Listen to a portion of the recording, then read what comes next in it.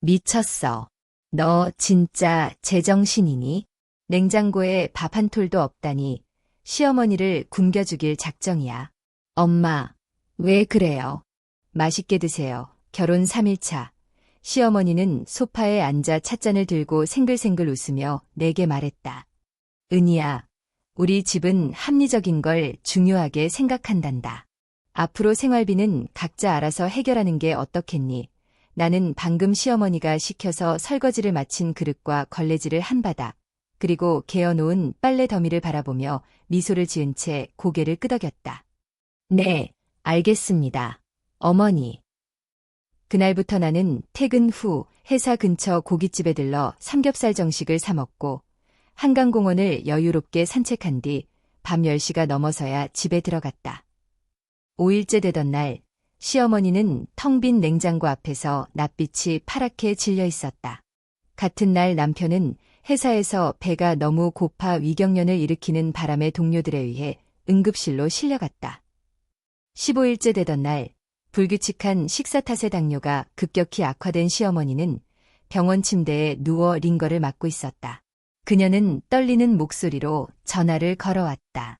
은희야, 밥 좀 해주면 안 되겠니? 우리가 남도 아니고 가족인데.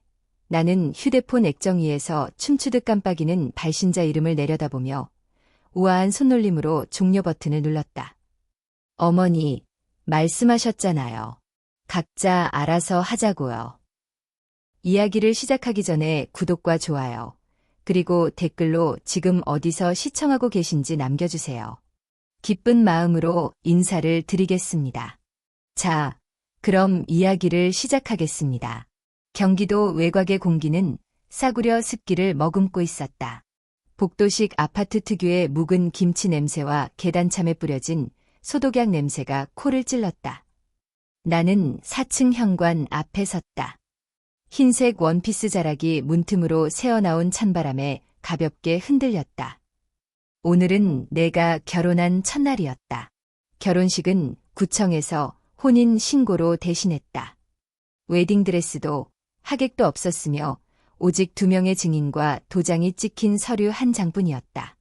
태준 씨는 나중에 돈을 모아서 식을 올리자고 했다. 나는 고개를 끄덕였다. 고개를 끄덕이는 것이 마치 내 몸에 새겨진 조건 반사가 된 것처럼 현관문이 열리자 키키한 냄새가 훅 끼쳐왔다.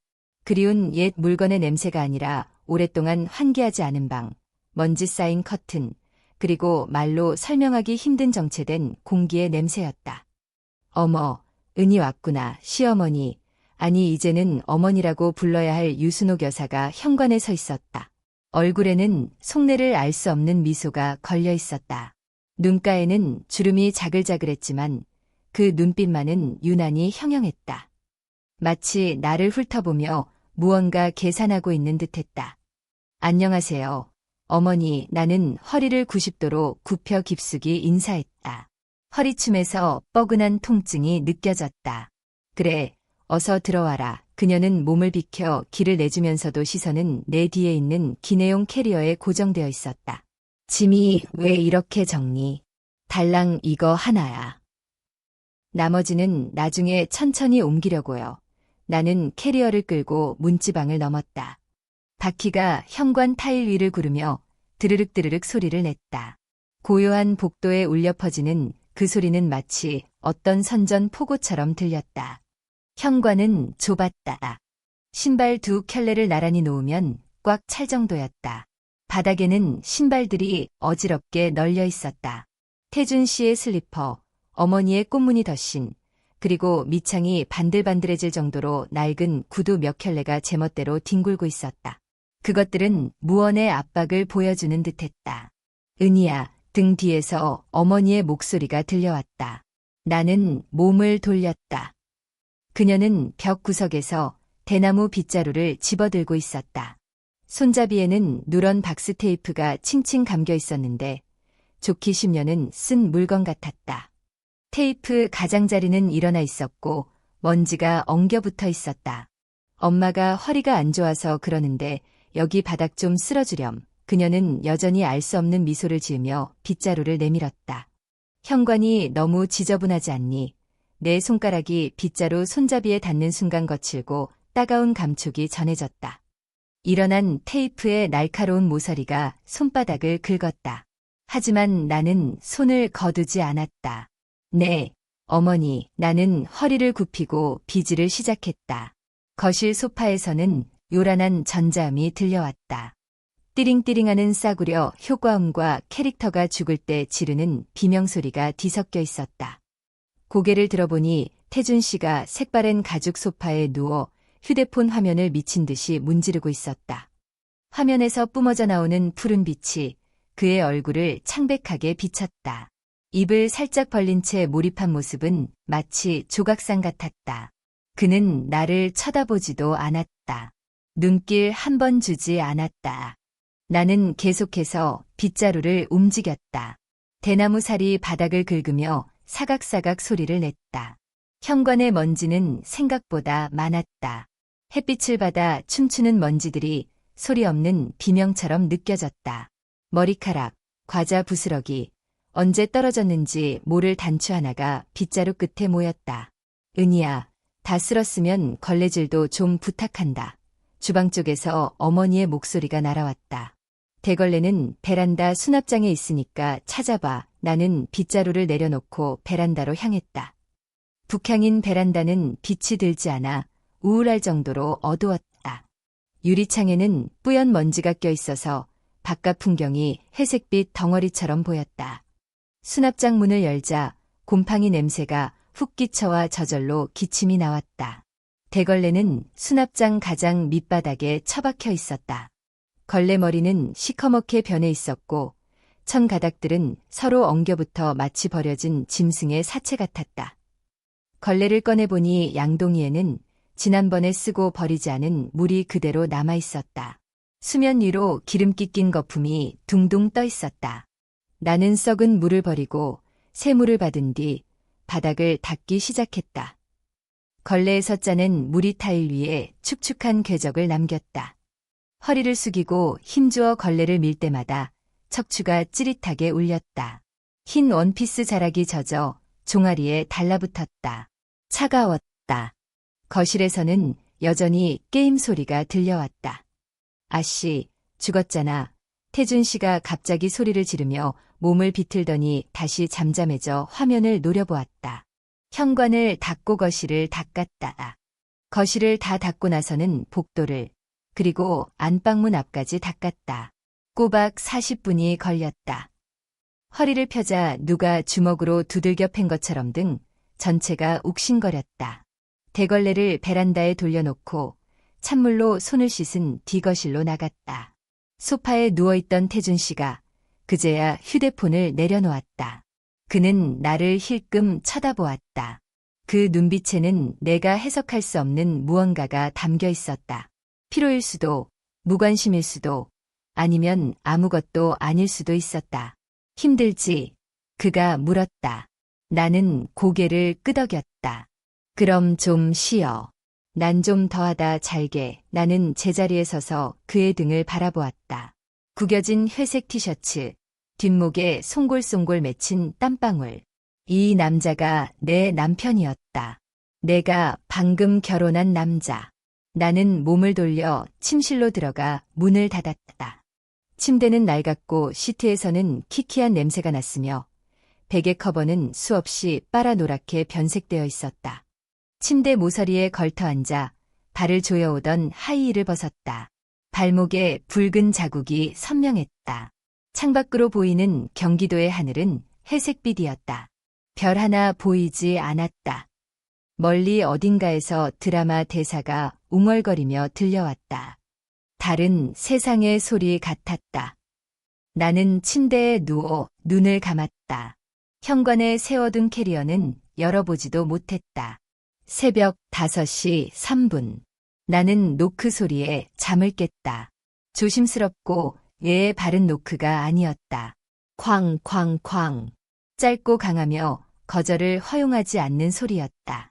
은희야, 문 밖에서 어머니의 목소리가 들렸다. 은희야, 일어나서 아침밥 해야지. 눈꺼풀이 납덩이처럼 무거웠다. 낯선 잠자리, 낯선 냄새, 그리고 옆방에서 들려오는 어머니의 코 고는 소리 때문에 밤새 뒤척였다. 태준 씨는 어젯밤 거실 소파에서 잤다.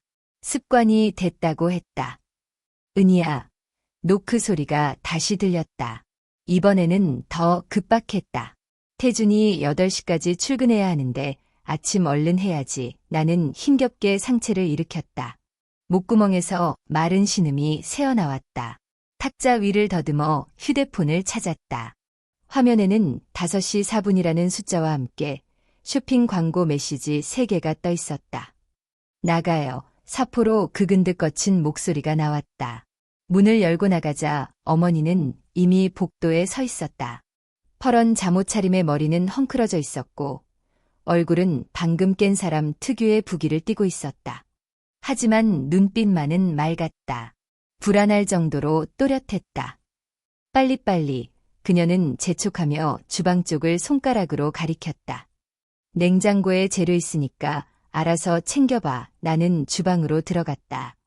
주방의 형광등은 수명이 다했는지 파르르 떨리며 창백하고 불안한 빛을 쏟아내고 있었다. 냉장고 문을 열자 썩어가는 단내와 냉기가 섞인 묘한 냄새가 훅 풍겼다. 냉장고 안은 거의 비어 있었다. 냉장실 선반 위에는 잎끝이 누렇게 떠서 시들어가는 대파 한 뿌리가 죽은 식물처럼 늘어져 있었다. 그 옆에는 두부 반모가 있었는데 유통기한을 확인해 보니 3일이 지나 있었다. 플라스틱 용기 주변으로 끈적한 액체가 흘러나와 시큼한 냄새를 풍겼다. 나는 두부를 다시 집어넣고 냉장고 문을 닫았다. 어머니, 거실로 나가자 어머니는 식탁에 앉아 차를 마시고 있었다. 언제 끓였는지 모를 찻잔에서 김이 모락모락 피어올랐다. 냉장고에 아무것도 없는데요. 그러니 그녀는 고개를 들었다. 얼굴에는 미묘한 표정이 스쳐 지나갔다. 그럼 가서 좀 사오렴. 아파트 상가 마트는 5분이면 가니까. 제가요. 얼른 다녀와. 태준이 늦겠다. 그녀는 다시 찻잔으로 시선을 돌리며 마치 숨쉬듯 자연스럽게 말했다. 새색시가 들어왔는데 이런 건 배워야지. 나는 침실로 돌아가 옷을 갈아입었다. 가방에서 지갑을 꺼내는데 파란색 체크카드가 손끝에 닿았다. 직장 생활 3년 동안 모은 내전 재산이 들어있는 월급 통장 카드였다. 카드를 쥐자 손바닥에 서늘한 냉기가 전해졌다. 밖은 아직 어둑어둑했다. 늦가을 새벽 공기가 살을 애듯 차가웠다. 나는 얇은 겉옷 하나만 걸친 채 거리를 걸었다. 회색빛 아파트 단지, 아직 문을 열지 않은 편의점, 개를 산책시키는 노인 몇 명을 지나쳤다. 그들의 시선이 잠시 내게 머물렀다가 무심하게 흩어졌다. 마트는 막문을 연 참이었다. 진열장 조명이 새벽 안개 속에서 유난히 시리게 느껴졌다. 나는 카트를 밀며 계란, 대파, 두부, 된장, 콩나물, 그리고 쌀 한 포대를 담았다. 계산대 화면에 숫자가 찍혔다. 47,300원. 나는 내 카드를 긁었다. 집에 돌아오니 6시 20분이었다. 어머니는 여전히 식탁에 앉아 있었다. 찻잔은 비어 있었지만 물을 더 따르러 일어날 생각은 없어 보였다. 태준 씨는 언제 일어났는지 소파에 앉아 눈을 비비고 있었다. 머리는 까치집을 지은 채였다. 왔니? 어머니는 내 손에 들린 장바구니를 힐끔 보았다. 얼른 해라. 태준이 배고프다. 나는 주방으로 들어가 요리를 시작했다. 채소를 씻고 썰고 물을 끓여 된장을 풀었다. 달궈진 팬에 기름을 두르고 계란을 깨뜨려 넣었다. 치익하는 소리와 함께 흰자 가장자리가 노릇하게 익어갔다. 나는 뒤집개로 계란을 뒤집으며 기름 냄새와 된장 냄새가 뒤섞인 공기를 들이마셨다. 주방 후드는 고장이 난 건지 윙거리는 소리만 요란할 뿐 연기를 전혀 빨아들이지 못했다. 매캐한 연기가 좁은 주방에 가득 찼다. 눈이 시큰거려 나도 모르게 눈물이 찔끔 났다. 7시 15분 밥상을 차려 주방을 나갔다.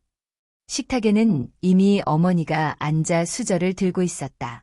태준 씨도 흰 셔츠로 갈아입고 머리를 말끔하게 빗어 넘긴 채 앉아 있었다. 내가 요리하는 동안 씻고 나온 모양이었다. 나는 식탁 가운데에 된장찌개를 놓고 두 사람 앞에 계란 프라이를 하나씩 놓아주었다. 고봉으로 담은 밥그릇을 내려놓았다. 같이 앉아서 먹자. 어머니가 젓가락으로 두부를 집어 입에 넣으며 말했다.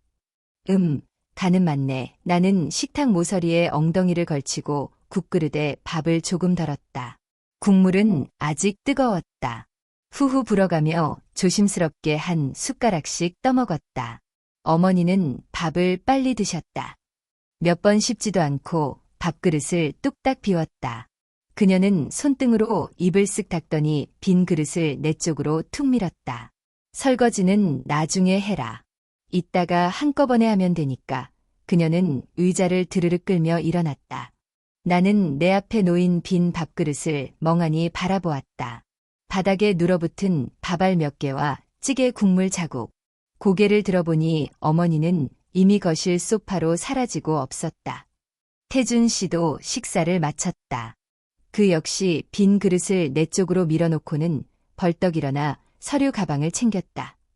다녀올게. 그의 목소리는 건조했다. 오늘 날씨를 이야기하듯 무미건조했다. 저녁에 봐. 도어락이 잠기는 소리가 들리고 발소리가 멀어졌다. 식탁 앞에는 나 혼자 남았다. 내 앞에는 빈 그릇 2개, 밥알 묻은 수저 2벌, 그리고 반도 못 먹은 식은 된장국이 놓여 있었다. 나는 고개를 숙이고 국을 떠먹었다. 국은 이미 차갑게 식어 있었다. 3일째 되는 날 저녁, 나는 베란다에서 빨래를 널고 있었다. 세탁기가 마지막 탈수를 끝내자 삐삐하는 종료음이 좁은 베란다를 울렸다. 날카로운 소리에 머리카락이 쭈뼛섰다. 세탁기 문을 열고 축축하게 엉킨 옷가지들을 꺼내 탁탁 털어 건조대에 널었다. 태준 씨의 양말들, 검은색, 곤색, 회색 짝을 맞춰 널려고 보니 뒤꿈치 부분이 해져서 얇아진 게 보였다. 구멍이 나기 직전이었다.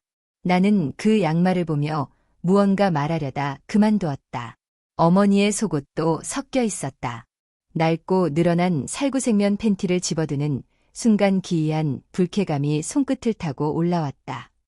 나는 애써 아무 생각도 하지 않으려 노력하며 빨래 집게로 그것을 집었다. 은희야, 등 뒤에서 어머니 목소리가 들렸다. 돌아보니 그녀가 찻잔을 들고 베란다 문턱에 서 있었다. 입가에는 이제는 익숙해진 그 묘한 미소가 걸려 있었다. 네, 어머니. 무슨 일이세요? 그녀는 슬리퍼를 끌며 다가와 내 옆에 섰다. 시선은 창밖을 향해 있었다. 경기도의 저녁 노을은 칙칙한 보랏빛이었다. 멀리 보이는 아파트 단지들이 거대한 성냥갑처럼 침묵하고 있었다. 은희야, 엄마가 너랑 상의할 게 있어서 내 손이 잠시 멈칫했다. 나는 다시 빨래를 널었다. 말씀하세요. 우리 집은 원래 합리적인 걸 좋아하잖니. 그녀는 마치 오늘 날씨가 좋다는 듯 가볍게 운을 뗐다. 앞으로 생활비는 각자 부담하는 게 어떻겠니? 너랑 태준이 몫은 알아서 하고 엄마 몫은 엄마가 알아서 하는 걸로. 양말 한 짝을 쥔 내 손이 허공에서 멈췄다. 각자 부담이요. 그래, 그녀는 차를 한 모금 홀짝이며 먼 산을 바라보았다. 너도 직장 다니는 신여성인데 시댁에 얹어 산다는 소리 들으면 안 좋잖아. 자기 물건은 자기가 사고 자기 밥은 자기가 챙겨 먹고 얼마나 깔끔하고 좋니. 나는 고개를 숙이고 양말을 널었다. 어머니와 태준 씨는 입만 벌려 밥을 먹었고 손만 뻗어 옷을 입었다. 돈 한 푼 낸 적 없고 손가락 하나 까딱한 적 없었다. 그런데 이제 와서 합리적이라니. 알겠습니다. 어머니, 내 입에서 나온 목소리는 너무나 차분해서 나조차 놀랄 지경이었다. 어머, 우리 며느리 역시 똑똑하네. 어머니는 만족스러운 듯 웃으며 뒤돌아 나갔다. 그럼 오늘부터 그렇게 하는 걸로 알마. 나는 남은 빨래를 널었다. 하나, 둘, 기계적인 동작이 이어졌다. 멈췄다. 해가 완전히 지고 어둠이 깔렸다. 베란다에는 불을 켜지 않아 캄캄했다. 나는 어둠 속에 서서 아래층 주차장에서 들려오는 자동차 경적 소리와 옆집 베란다에서 누군가 빨래를 거두며 흥얼거리는 노랫소리를 들었다. 마지막 빨래를 널었을 때 밖은 완전히 깜깜해져 있었다. 나는 침실로 돌아와 침대에 눕자마자 휴대폰을 꺼냈다. 계산기 앱을 켰다. 숫자를 입력하기 시작했다. 3일 장보기 3번, 14만 7,800원. 나는 다시 숫자를 두드렸다. 9번의 식사, 23벌의 빨래, 6번의 걸레질. 이 노동의 가치는 얼마일까? 가사 도우미 시급으로 계산해 본다면 평균 시급만 5,000원에서 2만 원 요리, 빨래, 청소까지 하루 최소 3시간. 3일이면 9시간. 거기에 내가 장본 비용까지 합치면 얼추 30만 원. 겨우 3일 만에 그들이 나에게 준 건 무엇인가? 낡은 침대, 후드가 고장난 주방, 아직 짐도 풀지 못한 캐리어 하나. 휴대폰 화면을 끄자 방은 다시 칠흑 같은 어둠에 잠겼다. 옆방에서 어머니가 기침하는 소리가 들려왔다. 마른 기침 소리가 음산하게 벽을 타고 넘어왔다. 거실에서는 태준 씨가 또 게임을 시작했는지 띠링띠링하는 전자음이 들려왔다. 나는 천장에 생긴 곰팡이 자국을 응시했다. 어둠 속에서도 그 얼룩은 선명하게 느껴졌다. 심장이 쿵쿵쿵 뛰는 소리가 귀를 울렸다. 분노인지 해방감인지 모를 감정이 가슴 밑바닥에서부터 차올랐다. 나는 뜬 눈으로 밤을 새웠다. 4일째 되는 날, 나는 퇴근 후 집으로 가지 않았다. 회사 로비에 서서 휴대폰 시계를 보았다. 오후 6시 17분. 평소라면 마트에서 콩나물을 고르거나 오늘 저녁 국거리를 고민하며 발걸음을 재촉했을 시간이었다. 하지만 오늘 내 발길은 반대 방향으로 향했다. 골목 모퉁이에 있는 숯불구이 전문점이 보였다. 유리창에 붙은 1인분 환영이라는 문구가 붉은 네온 사인을 받아 번쩍거렸다. 문을 밀고 들어가자 맑은 종소리와 함께 고소한 고기 냄새가 훅 끼쳐왔다. 어서 오세요. 몇 분이세요? 한 명이요. 직원은 잠시 멈칫하더니 이내 직업적인 미소를 지으며 구석자리로 안내했다. 주문하시겠어요? 삼겹살 2인분에 소주 한 병 주세요. 직원이 다시 한번 나를 쳐다봤지만 군말 없이 주방으로 향했다. 나는 4인용 테이블에 혼자 앉았다. 맞은편에 빈 의자가 묘한 쾌감을 주었다. 잠시 후 숯불이 들어오고 선홍빛 삼겹살이 나왔다. 불판 위에 고기를 올리자 치익하는 경쾌한 소리가 났다. 기름이 숯불 위로 떨어지며 피어오르는 연기가 식욕을 자극했다. 나는 지난 3일간 제대로 된 밥을 먹어본 기억이 없었다. 9끼를 차렸지만 언제나 그들이 먹고 남은 찌꺼기나 식어빠진 국물로 배를 채웠을 뿐이었다. 하지만 지금 내 앞에는 김이 모락모락 나는 오로지 나만을 위한 고기가 있었다. 잘 익은 고기 한 점을 집어 쌈장에 푹 찍었다. 싱싱한 상추 위에 올리고 마늘 한쪽을 더해 크게 쌈을 쌌다. 입안 가득 퍼지는 육즙과 알싸한 마늘향, 씹을수록 고소한 기름기가 혀를 감쌌다. 맛있었다. 눈물이 날 만큼 맛있었다. 나는 혼자서 고기 2인분을 깨끗이 비웠다. 마지막 고기 한 점을 삼키고 의자의 등을 기대자 배부른 포만감과 함께 알 수 없는 승리감이 밀려왔다. 테이블 위에는 기름기 묻은 빈 접시와 반쯤 비운 소주병만이 남아있었다. 계산서에 찍힌 금액은 36,000원. 나는 휴대폰을 들어 텅 빈 불판과 소주병을 찍었다. 그리고 카카오 스토리에 사진을 올렸다. 오늘의 힐링. 혼자 먹는 고기가 제일 맛있다. 전송 완료. 가게를 나섰을 때는 이미 밖이 캄캄했다. 가로등 불빛이 밤거리를 주황빛으로 물들이고 있었다. 배속이 든든하니 찬바람도 시원하게 느껴졌다. 나는 집으로 바로 들어가지 않았다. 상가 2층에 있는 카페에 들러 캐러멜 마키아토를 시켰다. 창가 자리에 앉아 지나가는 사람들을 구경했다. 다들 바쁘게 어디론가 가고 있었다. 커피를 다 마셨을 때 시계는 밤 9시 15분을 가리키고 있었다. 나는 컵을 반납하고 천천히 집 쪽으로 걸음을 옮겼다. 도어락 비밀번호를 누르고 문을 열자 식탁에 앉아있던 어머니와 눈이 마주쳤다. 그녀 앞에는 퉁퉁 불어버린 컵라면과 말라비틀어진 단무지 몇 조각이 놓여 있었다. 그녀는 젓가락으로 단무지를 집으려다 나를 보고 멈칫했다. 왜 이렇게 늦었니?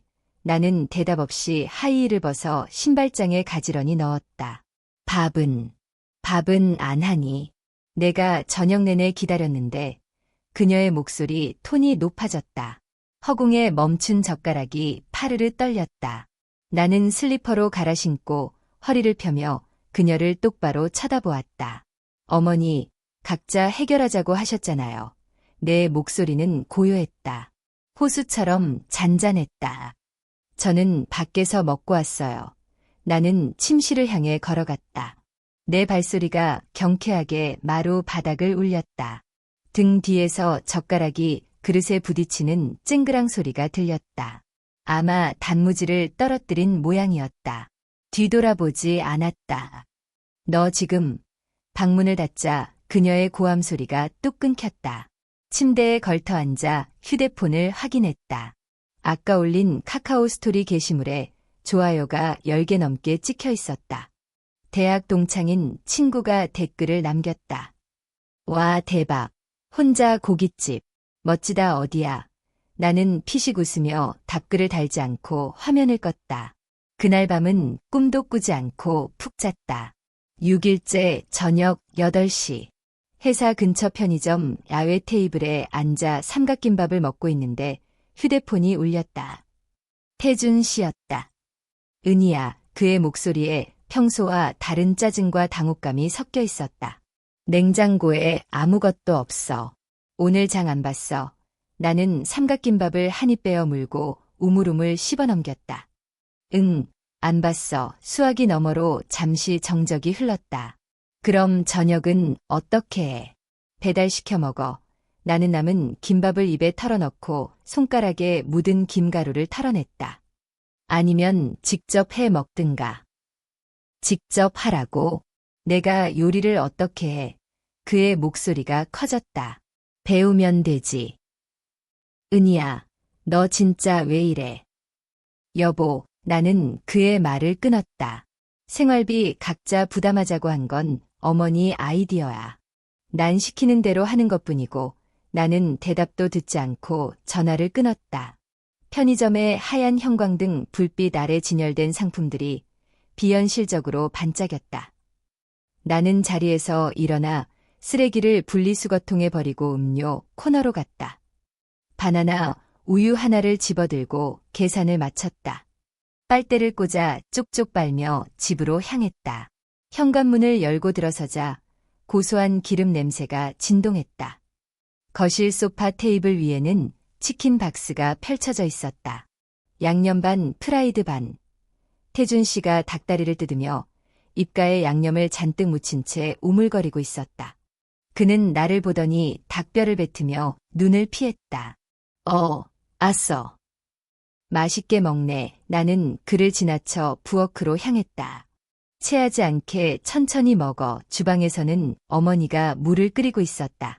가스레인지 위에는 뜯지 않은 라면 봉지가 놓여 있었다. 그녀는 나를 보더니 입술을 달싹였지만 결국 아무 말도 하지 못하고 고개를 돌렸다. 나는 방으로 들어가 침대에 누웠다. 카카오 스토리를 켰다. 며칠 전 올린 삼겹살 사진 밑에 모르는 사람의 댓글이 달려 있었다. 여기 어디예요? 고기 때깔 장난 아니네요. 나는 친절하게 가게 이름을 댓글로 달아주었다. 거실에서 부스럭거리는 소리가 들렸다. 치킨 박스를 치우는 소리였다. 이어서 물소리가 들리고 발소리가 다가왔다. 방문이 열리고 태준 씨가 나타났다. 역광 때문에 표정이 잘 보이지 않았다. 은희야. 왜? 그는 할 말이 있는 듯 머뭇거리다 한숨을 푹 쉬었다. 아냐, 자라, 문이 닫히고 발소리가 멀어졌다. 나는 눈을 감고 계산기를 두드려 보았다. 6일째, 태준 씨가 시킨 반반 치킨, 배달비 포함 24,000원. 어제 시켜 먹은 쟁반 짜장 8,000원. 그저께 먹은 김밥이랑 떡볶이만 2,000원. 그는 이번 주에만 저녁 식비로 5만 원 가까이 썼다. 반면 나는 회사 구내식당 5,000원, 혹은 편의점 삼각김밥과 우유 2,500원. 그는 아마 꿈에도 모를 것이다. 이토록 명확한 숫자들의 차이를. 나는 어둠 속에서 조용히 미소 지었다. 9일째 퇴근길에 강남 백화점에 들렀다. 3층 여성복 매장을 돌다가 마네킹에 걸린 짙은 회색 코트 앞에서 발을 멈췄다. 울 함유량이 높은 더블 버튼 코트였다. 피팅룸 거울 속에 비친 내 모습은 낯설었다. 허리 라인이 잡힌 코트를 입자 구분 등이 펴지고 초라해 보이던 어깨가 당당해 보였다. 주방 싱크대 앞에서 구부정하게 서 있던 여자는 거울 속에 없었다. 고객님, 너무 잘 어울리세요. 얼굴이 확 사시네요. 점원의 말에 나는 고개를 끄덕였다. 이걸로 주세요. 할부 없이 일시불로 긁었다. 58만 원. 백화점을 나서자 밤 공기가 제법 쌀쌀했다. 나는 근처 스타벅스에 들어가 따뜻한 카페라테 한 잔을 시켰다. 창가 자리에 앉아 강남대로를 오가는 자동차들의 불빛을 바라보며 커피를 마셨다. 휴대폰 진동이 울렸다. 어머니였다. 은희야, 언제 들어오니? 집에 쌀도 떨어졌다. 태준이 아직 저녁 못 먹었어. 나는 화면을 왼쪽으로 밀어 메시지를 삭제했다. 커피잔이 바닥을 드러냈을 때 시계는 8시 30분을 넘어가고 있었다. 나는 자리에서 일어나 새 코트 깃을 여미며 밖으로 나갔다. 차가운 밤바람이 불어왔지만 하나도 춥지 않았다. 달빛을 밟으며 집에 돌아왔을 때 어머니는 부엌 문 앞을 막아서고 있었다. 그녀의 손에는 라면 봉지가 들려 있었다. 6일째 되던 날 가스레인지 위에 놓여있던 바로 그 라면이었다. 비닐 포장지는 쭈글쭈글해져 있었다. 아마도 수십 번은 들었다 놨다 했을 것이다. 은희야. 어머니의 목소리는 깨진 유리 조각처럼 날카로웠다. 이제야 들어오는 거냐? 나는 현관에 서서 새로 산 코트를 천천히 벗었다. 옷걸이에 코트를 걸고 깃의 주름을 정성스럽게 펴주었다. 어머니, 무슨 일이세요? 무슨 일이냐고. 지금 나한테 무슨 일이냐고 물었니? 그녀는 두어 발자국 앞으로 나오며 떨리는 손가락으로 부엌을 가리켰다. 저 냉장고 꼴 좀 봐라. 아무것도 없잖아. 내가 태준이 시켜서 장 좀 봐오라고 했는데 사왔니? 아니요. 너 정말. 그녀의 얼굴이 불그락푸르락해지더니 목에 핏대가 섰다. 너 정말 이럴 거니? 시집을 왔으면 밥을 하든가 살림을 하든가 해야지. 맨날 밖으로만 나돌고 도대체 어쩌자는 거야. 나는 고개를 들어 그녀의 눈을 똑바로 응시했다. 그 눈동자 속에는 분노가 이글거리고 있었다. 그리고 또 다른 무언가. 두려움. 아니, 두려움은 아니었다. 그것은 자신의 권위가 침범당하고 무시당했다는 모욕감이었다. 뭐가 문제죠? 어머니, 내 목소리는 고인 물처럼 고요했다. 전 어머니가 말씀하신 각자 해결을 실천하고 있을 뿐이에요. 제 밥은 제가 알아서 먹었고 어머니한테 돈 한 푼 달라고 한 적 없어요. 이거야말로 공평한 거 아닌가요? 어머니는 입을 뻐끔거렸다. 마치 무트로 끌려나온 물고기 같았다. 나를 향해 삿대질하던 손가락이 가을바람에 흔들리는 마른 가지처럼 파르르 떨렸다. 너. 어머니, 나는 한 발자국 더 다가갔다. 그녀를 내려다보며 말했다. 처음에 그 말씀하셨을 때 무슨 생각을 하셨어요? 저는 공짜로 밥해주고 빨래하고 청소하는 식모 노릇하면서 생활비는 또 반반씩 내라는 뜻이었나요? 네, 내가 언제. 각자 부담하자고 하셔서 정말 각자 부담해 드렸어요. 그런데 이제 와서 저를 탓하세요. 나는 작게 헛웃음을 터뜨렸다. 고요한 거실에 울리는 내 웃음소리가 낯설게 느껴졌다. 어머니, 이게 상식적으로 말이 된다고 생각하세요. 어머니의 얼굴색이 붉은색에서 창백하게 다시 기괴한 흑빛으로 변해갔다. 입술이 달달 떨리며 무언가 말하려 했지만 의미 없는 신음만 흘러나올 뿐이었다. 나는 더 이상 그녀를 쳐다보지 않고 침실로 향했다. 등 뒤에서 문이 쾅 하고 닫혔다. 문에 등을 기대고 밖의 동정을 살폈다.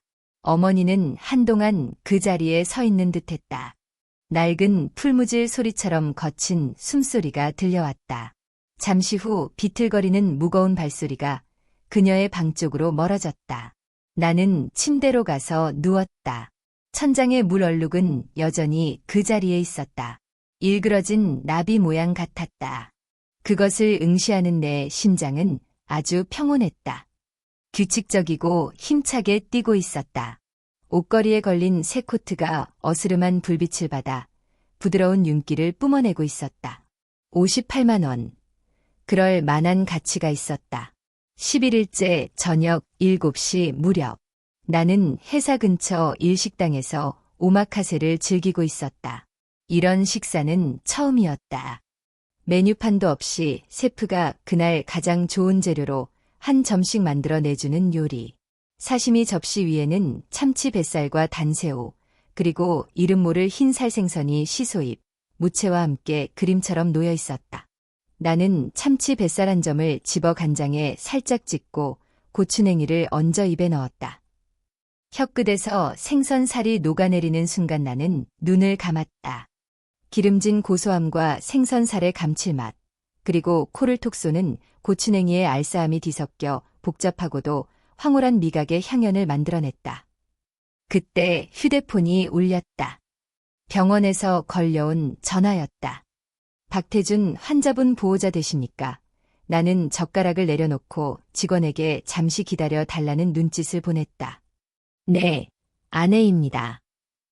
박태준님께서 오늘 오후 위경련으로 응급실에 실려 오셨습니다.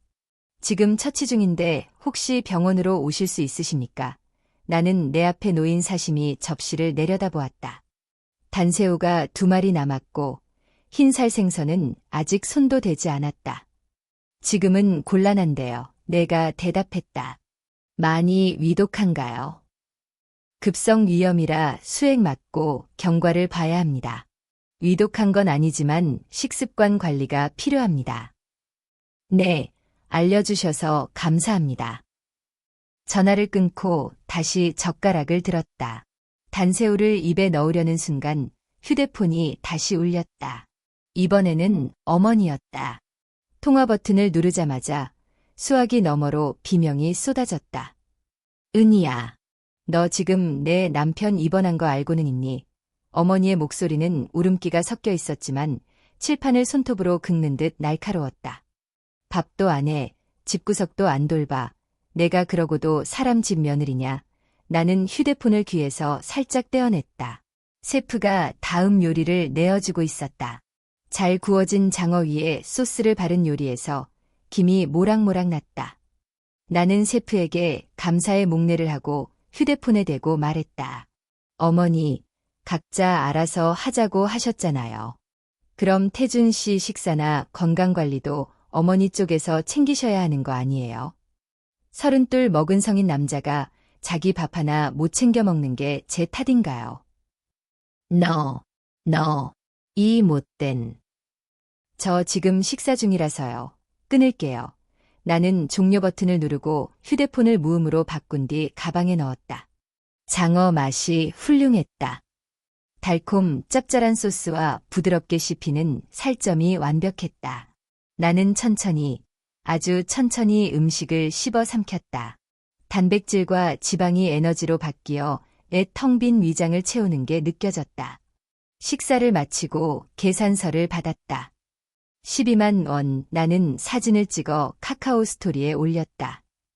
오늘의 힐링 12만 원으로 산 행복. 사진 속에는 정갈한 사심이 접시와 맑은 사케가 담긴 잔이 반짝이고 있었다. 식당을 나와 잠시 밤바람을 맞으며 서 있었다. 가방 속에서 휴대폰이 몇 번 진동했다. 아마 어머니의 전화일 것이다. 무음 모드가 소음을 막아주었다. 나는 무시하고 택시를 잡아탔다. 기사님, 경기도로 가주세요. 13일째 밤 9시, 집에 도착했다. 현관문을 열자마자 탄내가 훅 끼쳐왔다. 된장 냄새와 섞여 코를 찌르는 불쾌한 냄새 때문에 절로 인상이 찌푸려졌다. 식탁에는 어머니가 앉아 있었다. 그녀 앞에는 시커먼 뚝배기가 놓여 있었다. 된장찌개를 끓인 것 같았지만 국물은 아스팔트처럼 탁했고 두부는 곤죽이 되어 뭉개져 있었다.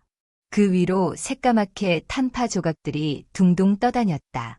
맞은편에 앉은 태준 씨의 국그릇에는 그 정체불명의 국물이 반쯤 담겨 있었다. 그는 젓가락으로 그릇을 뒤적거리며 억지로 먹고 있는 게 분명했다. 표정이 일그러져 있었다. 왔니? 나를 보는 어머니의 목소리가 갈라져 있었다. 눈가가 붉은 게 방금 운 것 같았다. 나는 겉옷을 벗어 걸고 슬리퍼로 갈아 신었다. 네. 은희야. 그녀가 비틀거리며 일어나 내 쪽으로 다가왔다. 목소리에 원망과 서러움이 가득했다. 엄마가 오늘 밥을 좀 해봤는데 이거 좀 봐라. 나는 식탁을 훑어보았다. 뚝배기 가장자리에는 끓어 넘친 국물이 말라붙어 검은 띠를 두르고 있었다. 냄비 뚜껑 옆 도마 위에는 크기가 제각각인 두부 조각과 썰담한 대파가 널려 있었다. 도마 모서리에는 핏자국이 보였다. 칼질하다 손을 베인 모양이었다. 엄마가 솜씨가 없어서 30년 만에 부엌에 들어왔더니 정말 못하겠구나. 어머니가 울먹이자 태준 씨가 수저를 내려놓으며 인상을 썼다. 은희야, 엄마 손 좀 봐드려. 뭘 보라는 거야. 나는 가방을 소파에 던지듯 놓고 식탁으로 다가갔다.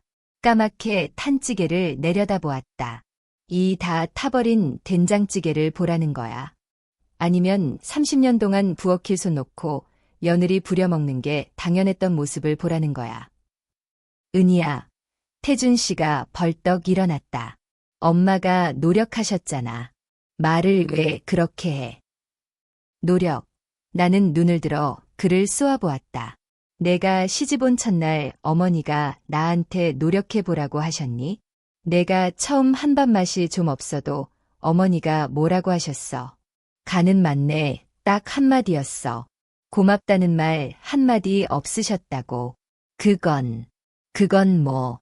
나는 며느리니까 밥하고 빨래하고 청소하는 게 당연한 거고 어머니는 30년 만에 칼 한 번 잡은 게 대단한 노력이야. 태준 씨는 입을 딱 벌린 채 아무 말도 하지 못했다. 그때 어머니가 식탁에 엎드려 통곡하기 시작했다. 내가 무슨 죄를 지어서. 그녀의 울음소리는 날카롭고 처량했다. 마치 덫에 걸린 짐승의 비명 같았다. 어디서 저런 독한 며느리가 들어와서 내 팔자가 왜 이 모양이야. 나는 굽은 등과 희끗희끗한 머리카락, 그리고 반창고가 붙은 손가락을 내려다보았다. 아무 말도 하지 않았다. 그저 몸을 돌려 침실로 들어가 문을 닫았다. 그날 밤 침대에 누워 거실에서 들려오는 울음소리를 들었다. 태준 씨가 어머니를 달래는 낮고 지친 목소리가 웅얼웅얼 들려왔다. 한참 뒤 울음소리가 잦아들었다. 그리고 발소리가 들렸다. 내 방 쪽으로 다가오는 발소리. 끼익 문이 열리고 어머니가 서 있었다.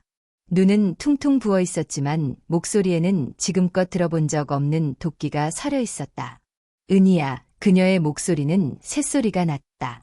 내가 분명히 말하는데 이 집은 내 집이다. 내가 계속 이런 식으로 나오면 당장 짐 싸서 나가. 나는 대답하지 않았다. 침대에서 일어나 가방을 열었다. 서류 봉투 하나를 꺼냈다. 아파트 매매 계약서 사본이었다. 나는 서류를 펼쳐 그녀의 눈앞에 들이밀었다. 어머니, 다시 한번 확인해 보시겠어요? 그녀의 시선이 서류에 꽂혔다.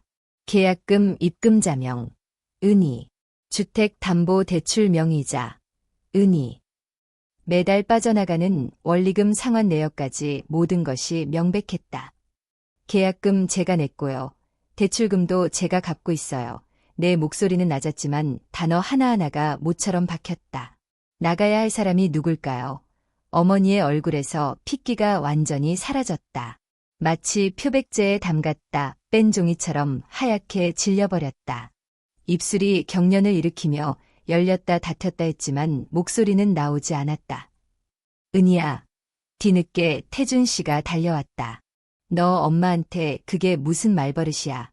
나는 서류를 거두고 천천히 몸을 돌려 그를 바라보았다. 내 남편, 내가 평생을 약속했던 남자. 그의 얼굴을 뜯어보았다. 각진 턱, 찌푸린 미간, 그리고 눈 밑에 깔린 감정. 그것은 분노가 아니었다. 공포였다. 태준 씨, 나는 남의 이야기를 하듯 덤덤하게 말했다. 결혼하고 보름 동안 내가 밥 몇 번 차렸는지, 빨래 몇 번 했는지, 돈 얼마나 썼는지 계산해봤어. 그는 꿀 먹은 벙어리가 되었다. 어머니가 반반하자고 해서 난 정말 반반했을 뿐이야. 그런데 이제 와서 너희들이 불편해지니까 그게 내 잘못이라고. 그의 목소리는 나오지 않았다. 목적 부위만 위아래로 움직일 뿐이었다. 나는 다시 방으로 들어가 문을 쾅 닫았다. 고요한 밤 공기를 찢는 그 소리는 일종의 선전포고였다. 15일째 오후 3시. 회사 근처 카페에서 라테를 마시고 있는데 전화가 왔다. 어머니였다. 잠시 망설이다가 통화 버튼을 눌렀다. 은희야. 수화기 너머의 목소리는 꺼져가는 촛불처럼 위태로웠다. 지금껏 들어본 적 없는 애원조였다. 은희야, 엄마가 잘못했다. 나는 커피잔을 든 채 창밖을 내다보았다. 팔짱을 낀 연인이 행복하게 웃으며 지나가고 있었다. 집에 와서 밥 좀 해주면 안 되겠니? 나 병원이다. 당뇨 쇼크가 와서 링거 맞고 있어. 나는 라테를 한 모금 마셨다. 우리가 남도 아니고 가족인데. 은희야, 제발. 휴대폰 화면의 통화 시간이 43초를 넘어가고 있었다. 나는 조용히 종료 버튼을 눌렀다. 카페에는 부드러운 재즈 피아노 선율이 흐르고 있었다. 따뜻하고 평화로웠다. 나는 의자 등받이에 몸을 깊숙이 기대었다. 심장 박동은 여전히 차분했다. 10초 뒤 다시 전화가 울렸다. 어머니였다. 나는 화면을 터치해 무음으로 바꿨다. 액정 위에서 발신자 이름이 소리 없이 깜빡였다. 나는 휴대폰을 뒤집어 테이블 위에 올려놓았다. 직원이 다가와 리필이 필요한지 물었다. 네, 한 잔 더 주세요. 18일째 밤 9시. 집에 돌아오니 태준 씨가 현관 앞에 서 있었다. 그는 몰라보게 수척해져 있었다. 고작 2주 남짓한 시간 동안 광대뼈가 도드라지고 눈이 행하게 들어갔다. 며칠째 갈아입지 않은 듯한 티셔츠는 목이 늘어나 있었다. 은희야, 그의 목소리는 모래알처럼 서걱거렸다. 지독한 피로가 묻어났다. 우리 얘기 좀 해. 나는 코트를 벗어 걸고 거실 소파에 앉았다. 그가 따라와 맞은편에 앉았다.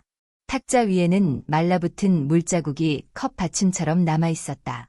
은희야, 나 알아. 그동안 내가 많이 힘들었을 거란 거. 나는 침묵했다. 엄마도 일부러 그런 건 아니야.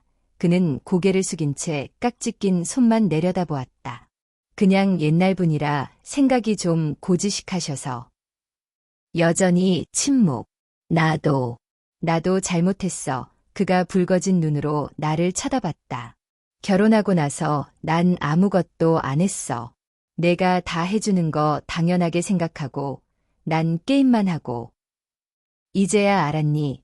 내 목소리는 건조했다. 은희야. 그가 자리에서 일어나더니 갑자기 내 앞에 무릎을 꿇었다. 쿵 하고 무릎뼈가 바닥에 부딪히는 소리가 둔탁하게 울렸다. 제발 한 번만 기회를 줘. 그의 목소리가 떨리더니 눈물이 뚝뚝 떨어졌다. 엄마한테 사과하시라고 할게. 내가 요리도 배우고 내가 다 할게. 그러니까. 태준 씨, 나는 그의 말을 잘랐다. 바닥에 무릎 꿇고 있는 남자. 내 남편. 번지수가 틀렸어. 나는 가방에서 서류 봉투를 꺼내 그 앞에 던졌다. 이혼 합의서였다. 그는 멍하니 서류를 바라보았다. 눈물 젖은 얼굴이 공포와 불신으로 굳어졌다. 은희야, 내가 원한 건 사과 따위가 아니야. 나는 자리에서 일어나 그를 내려다보았다. 존중이야. 존중할게. 맹세해. 그는 이혼 서류를 생명줄처럼 움켜쥐었다. 은희야, 제발. 나는 가방에서 종이 한 장을 더 꺼내 내밀었다. 가계부 및 가사 노동명세서였다. 결혼하고 보름 동안 내가 쓴 돈, 장본 내역, 생필품비, 공과금 분담 내역, 그리고 내가 한 노동, 밥상 차린 횟수, 빨래, 청소 시간, 을 10분 단위, 10원 단위까지 정확하게 적어놓은 것이었다. 내가 남길 원해. 좋아, 내 목소리는 섬뜩할 정도로 차분했다. 앞으로 집안일은 셋이서 당번 정해서 로테이션으로 해. 생활비는 소득 비율대로 내고 개인 물품은 각자 해결해. 이 조건, 너랑 너희 어머니가 지킬 수 있겠어. 그는 종이를 쥔 손을 부들부들 떨었다. 입을 뻐끔거렸지만 목소리가 나오지 않는 듯했다. 대답 기다릴게. 나는 침실로 들어가 문을 닫았다.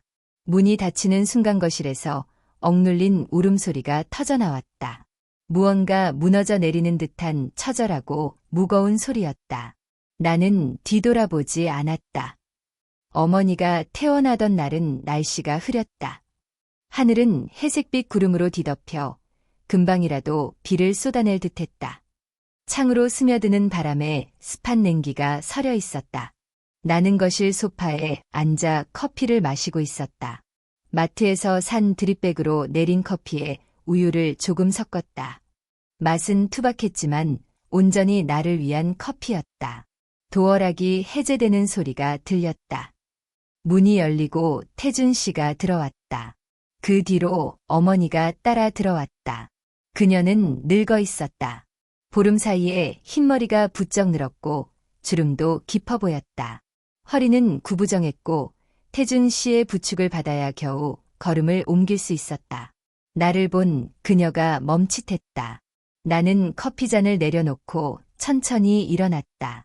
어머니, 내가 말했다. 앞으로의 규칙, 태준 씨한테 들으셨죠? 그녀는 핸드백 끈을 꽉 쥐었다. 손마디가 하얗게 질렸다. 입술을 달싹였지만 나오는 건 힘없는 한숨뿐이었다.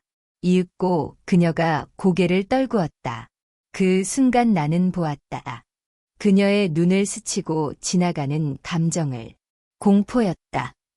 나에 대한 공포가 아니라 자신이 통제할 수 없는 미래에 대한 공포. 30년 동안 받아먹기만 했던 사람이 바뀐 게임의 법칙 앞에서 느끼는 원초적인 두려움이었다. 알았다. 그녀의 목소리는 바닥에 떨어지는 낙엽처럼 가벼웠다.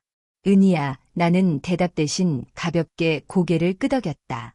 태준 씨가 어머니를 부축해 방으로 들어갔다. 나를 스쳐 지나갈 때 그가 힐끔 눈을 마주쳤다. 복잡하고 피로한 눈빛, 죄책감인지 체념인지 아니면 안도감인지 모를 눈빛이었다. 상관없었다. 나는 다시 소파에 앉아 식은 커피를 마셨다. 창밖에서 드디어 빗방울이 떨어지기 시작했다. 유리에 부딪히는 빗소리가 타닥타닥 작은 노크 소리처럼 들렸다. 나는 소파 깊숙이 몸을 묻고 눈을 감았다. 집안이 비로소 조용해졌다. 한 달 후 아침 7시 알람 소리에 눈을 떴다. 커튼 틈으로 햇살이 비스듬히 들어와 바닥에 금을 그었다. 나는 기지개를 켜며 근육을 깨웠다. 부엌 쪽에서 달그락거리는 소리가 들렸다. 뒤집개가 프라이팬을 긁는 소리, 기름 튀는 소리, 그리고 약간 탄 듯한 고소한 냄새. 나는 슬리퍼를 신고 나갔다. 부엌에는 어머니가 서 있었다. 뒤집개를 든 채 끙끙거리며 프라이팬 속에 계란말이와 씨름하고 있었다. 동작은 굼떴고 어설펐다. 마치 처음 요리를 배우는 학생 같았다. 계란말이 끝부분은 조금 탔지만 노란 속살은 제법 먹음직스러워 보였다. 불 좀 줄이세요. 내가 말했다. 그녀는 깜짝 놀라 돌아보더니 멋쩍은 표정을 지었다. 은희야. 내가 아침 좀 해보려고. 나는 다가가 가스불을 줄여주고 다른 뒤집개를 들어 시범을 보였다. 이렇게 윗면이 살짝 익으면 그때 굴리세요. 그녀는 고개를 끄덕이며 내 손동작을 유심히 지켜보았다. 베란다에서는 물소리가 찰박거렸다. 가보니 태준 씨가 쭈그리고 앉아서 옷과 양말을 빨고 있었다. 비누 거품이 잔뜩 묻은 손으로 낑낑대며 빨래를 비벼댔다. 그가 고개를 들어 나를 보고는 쑥스러운 듯 웃었다. 빨래가 이렇게 힘든 건 줄 몰랐네. 예전엔 이걸 어떻게 혼자 다 했어. 나는 문틀에 기대어 그를 바라보았다. 찬물에 손이 벌겋게 부어 있었다. 그가 양말 한 짝을 헹고 물기를 짰다. 여전히 물이 뚝뚝 떨어졌다. 더 세게 짜야지. 위에서부터 아래로 비틀면서 그는 고개를 끄덕이며 다시 힘을 주었다. 이번에는 제법 물기가 빠졌다. 그가 건조대에 양말을 널고 다음 빨래를 집어들었다. 나는 거실로 돌아와 소파에 앉았다. 어머니가 접시에 계란말이를 담아냈다.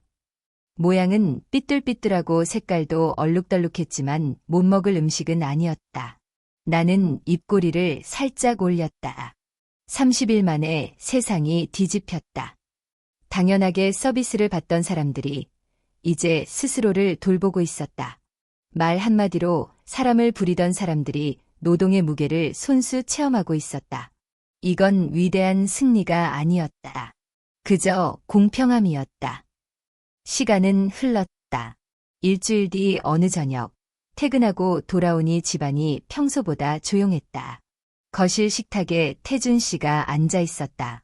그 앞에는 깍담한 사과와 오렌지, 포도가 담긴 접시가 있었다. 과일 조각들의 크기는 제멋대로였다. 어떤 건 껍질이 남아있고 어떤 건 과육이 반쯤 잘려나갔다. 그가 과도를 든 채 긴장한 표정으로 나를 봤다. 은희야, 과일 좀 깎아봤는데 먹어볼래? 나는 맞은편에 앉아 사과 한 조각을 집어먹었다. 모양은 투박했지만 달았다. 괜찮네. 그의 눈이 반짝였다. 마치 큰 상이라도 받은 아이 같았다. 진짜 껍질 깎느라 손 떨려서 혼났어. 그의 손가락에 약 바른 상처들이 보였다. 딱지가 앉아 있었다. 다음부턴 조심해. 천천히 해도 되니까. 그가 안도하며 웃었다. 부엌에서 된장찌개 냄새가 났다. 구수한 냄새였다. 어머니가 뚝배기를 들고 조심조심 걸어왔다. 오늘은 짜지 않게 해봤다. 은희야, 간 좀 봐주렴. 나는 숟가락으로 국물을 떠먹었다. 조금 싱겁긴 했지만 한 달 전에 그 숯덩이 같은 국물과는 비교할 수 없었다. 먹을 만해요. 다음엔 소금 조금만 더 넣으세요. 그녀가 안도의 한숨을 내쉬며 웃었다. 그 웃음에는 전에 없던 조심스러움이 묻어 있었다. 우리 셋은 식탁에 둘러앉아 완벽하지 않은 저녁을 먹었다. 대화는 없었다.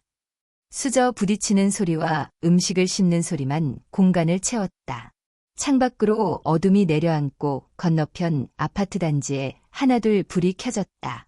나는 국을 떠먹으며 기묘한 평온함을 느꼈다. 화해도 용서도 아니었다. 그저 새로운 균형이었다. 반년 뒤 어느 주말, 나는 소파에 누워 휴대폰을 보고 있었다. TV에서는 예능 프로그램이 흘러나오고 진행자들의 과장된 웃음소리가 거실을 울렸다. 베란다에는 어머니가 있었다.